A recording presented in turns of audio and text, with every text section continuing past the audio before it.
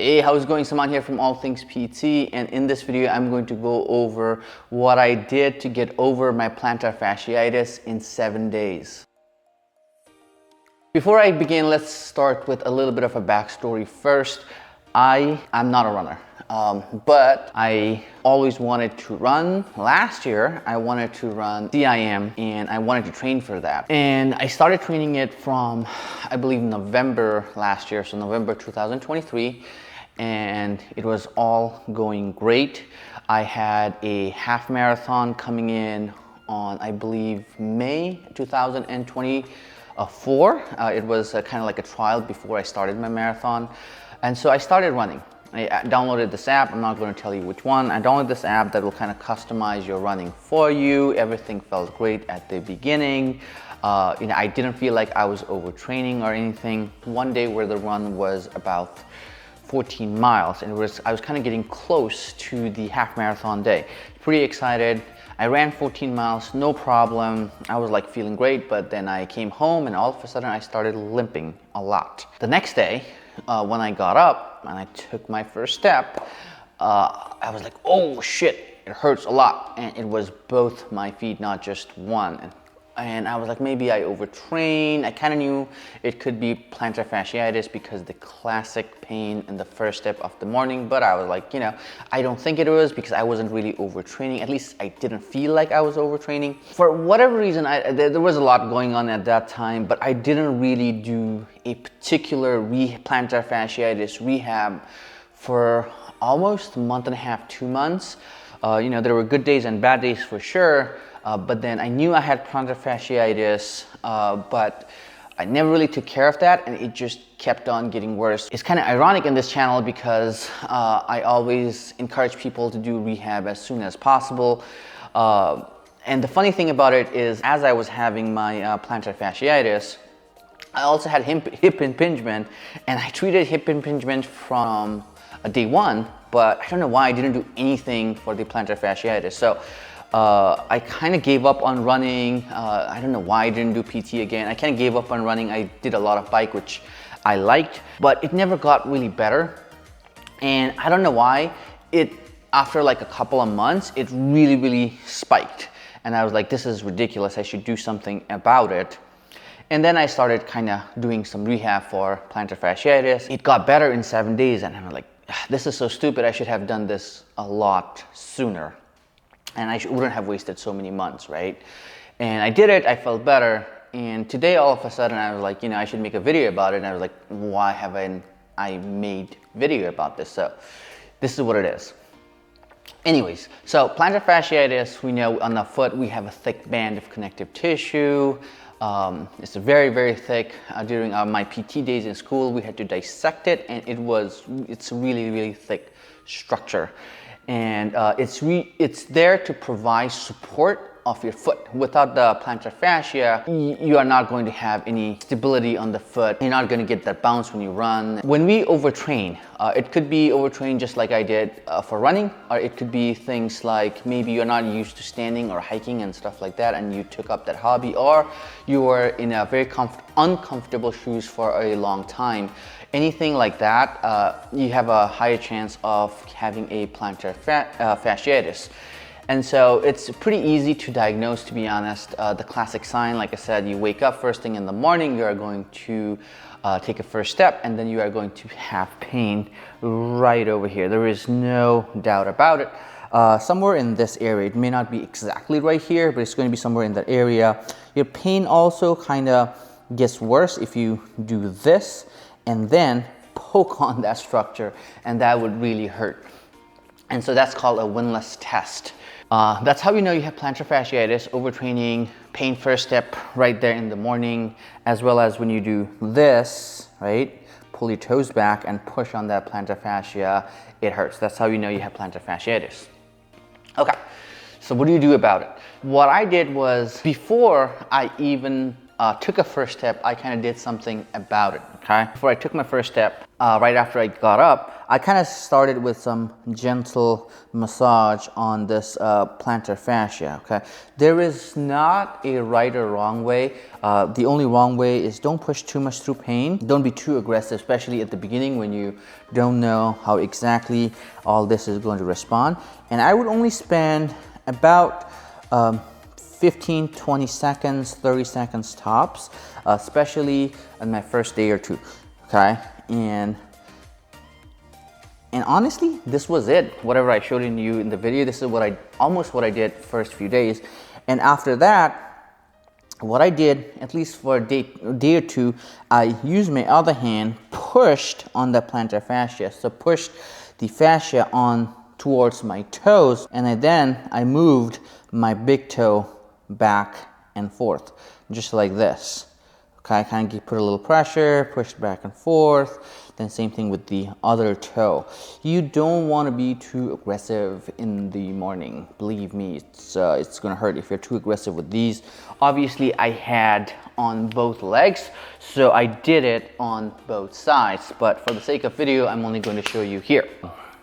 But as it started getting better, I started becoming a little bit more aggressive. Again, the goal is never to push through pain, okay?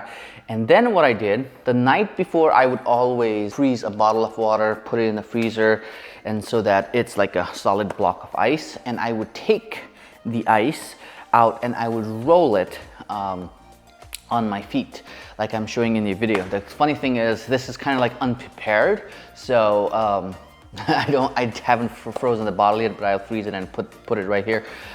So that's how I used to do it, 10-15 repetitions on each side. Now this is something that could be a little bit uncomfortable at the very beginning, but then it's something that would just relax that so much, so much, okay?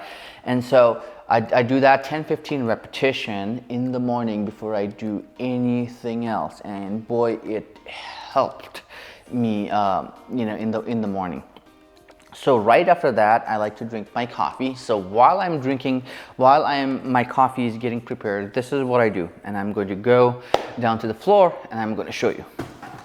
Oh, by the way, before I forget, these are something that I do first thing in the morning and before I go to bed. So it's kind of like a double whammy, right?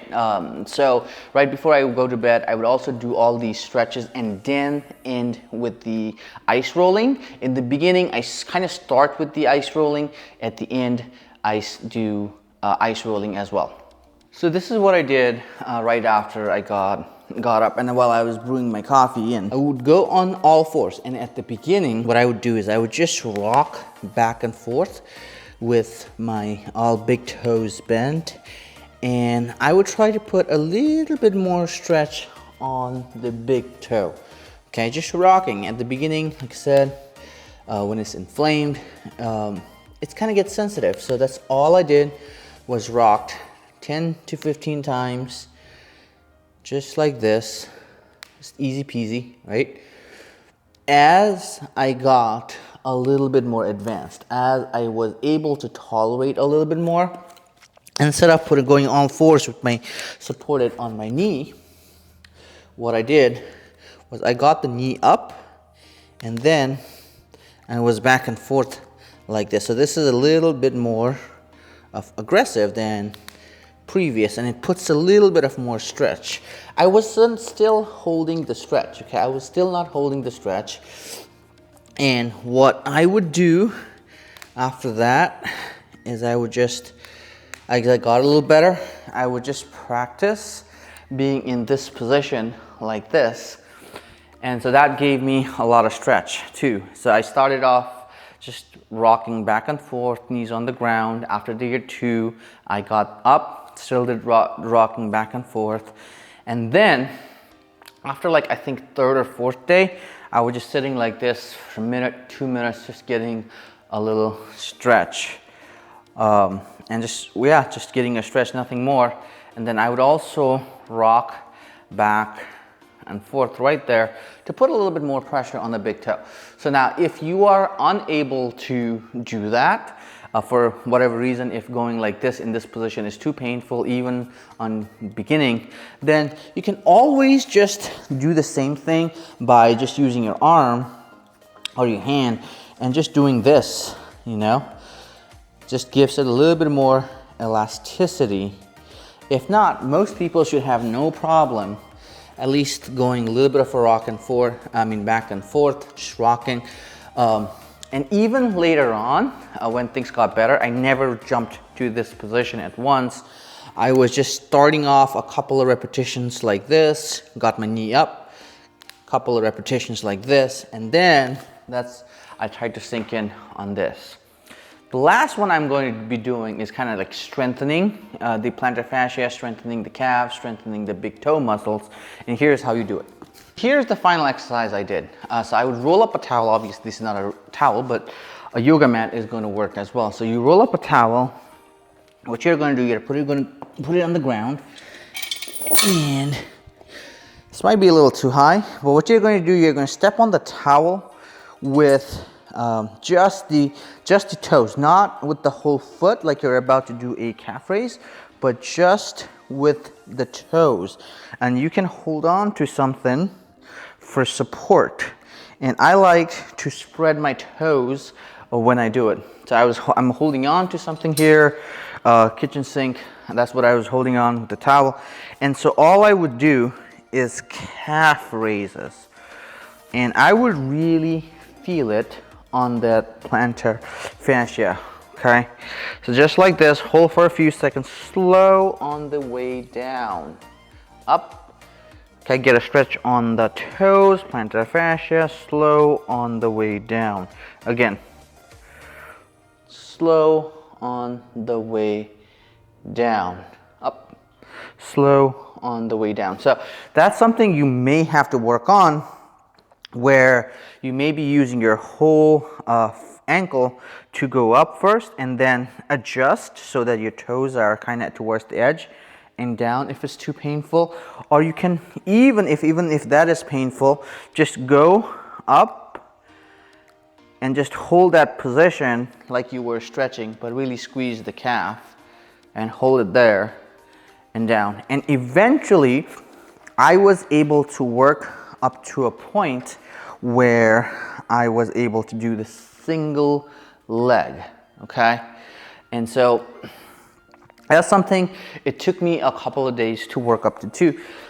But as I kept doing this, right, as I did all of these exercises, I started noticing that I was kind of getting better and better every single day. So, and by like 7-8 days or so, I woke up one day, I forgot about doing the massage, and I stepped on it, and it was like 90-95% better. And I did it for a few days, and it was all gone, right? So I know I said in 7 days, but it's in 7 days, like 90% of that was gone, and in about 10-11 days or so, no pain at all. So try these exercises, but there's one thing I wanted to show that most PTs don't show, and that I feel like helped me a lot as well. So let's go back to the table. I feel this is one of these things that really helped it to get better in 7 days. And this is something that I recommend to everybody. This is like a pedicure thingy. I don't even know what that's called. I paid like $10-15 for it. And so what also sometimes is the case is that the blood vessel that goes to the toes, goes to the plantar fascia, is obstructed. And also because of the shoes that we wear, sometimes the toes are kind of crammed in like that. So first thing that I did honestly is, get myself a comfortable shoes where I don't feel my toes are crammed in. But every day, and I feel like I give like probably good 40-50% credit to just this one thing I did. I would put these manicure thingy on my toes, and what I would do is leave them on for about 30 minutes while I am winding down to sleep. So I usually like to read about 30 minutes before I go to bed, and I would put it like this, obviously on both feet, and I would just be there, and I would kind of feel things getting a little better even on day one, or I should say night one, and I would do that for about 30 minutes. Again, nothing super expensive or difficult to purchase. and just something passive, right? You can watch Netflix, read a book, whatever you want for 30 minutes while this is on. And this honestly was quite relaxing as well. And that is something I did additionally at the night that I didn't do it in the morning. Hopefully this video helped. If it did, please make sure you click the like button. Please subscribe to my channel because more videos on physical therapy coming soon. Until then, take care. Bye-bye.